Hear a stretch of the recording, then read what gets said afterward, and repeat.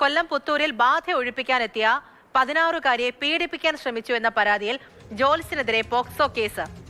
കൊട്ടാരക്കര വെണ്ടാർ സ്വദേശിയായ മുരാരി തന്ത്രിക്കെതിരെയാണ് പുത്തൂർ പോലീസ് കേസെടുത്തത്. അമ്മയെ പുറത്തിരുത്തി പെൺകുട്ടിയെ മുറിയിലേക്ക് കൂട്ടിക്കൊണ്ടുപോവുകയും കടന്നു പിടിക്കുകയുമായിരുന്നുവെന്നാണ് പരാതി. നാട്ടുകാർ ഓടിയെത്തിയപ്പോഴേക്കും പിൻവാതിലൂടെ ഈ ജോൽസൻ കടന്നു കളഞ്ഞു എന്നാണ് വിവരം. 16 വയസ്സുള്ള ഒരു പെങ്കൊച്ചിന്റെ ദേഹത്ത് ബാധ കൂടി എന്ന് പറഞ്ഞ് അതിനെ കൊണ്ടുപോയി ഇമ്മാതിരി കള്ളന്മാരായിട്ടുള്ള തന്ത്രിമാരുടെയും ജ്യോത്സ്യന്മാരുടെ ഒക്കെ അടുത്തുകൊണ്ട് നിർത്തിയിട്ട് വെളിയിൽ വന്നിരിക്കുന്ന ഈ അമ്മയെ വേണം ആദ്യം കേസെടുക്കാൻ. അവരുടെ പേരിൽ കേസെടുക്കണം.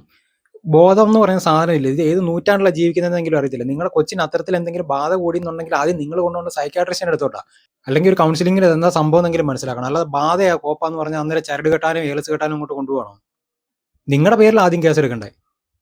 ഈ വിശ്വാസമൊക്കെ നല്ലതാ എന്ന് വെച്ചാൽ ഇപ്പം ഞാൻ ചോദിക്കട്ടെ, ആ തന്ത്രി വേറെ വല്ലതും പറയുവാണല്ലോ, കൊച്ചിനെ 16 വയസ്സിൽ പിടിച്ച് കെട്ടിച്ചോ എന്നാലേ ബാധ പോകണമെന്ന് പറയുകയാണെങ്കിൽ നിങ്ങൾ കെട്ടിക്കുവോ?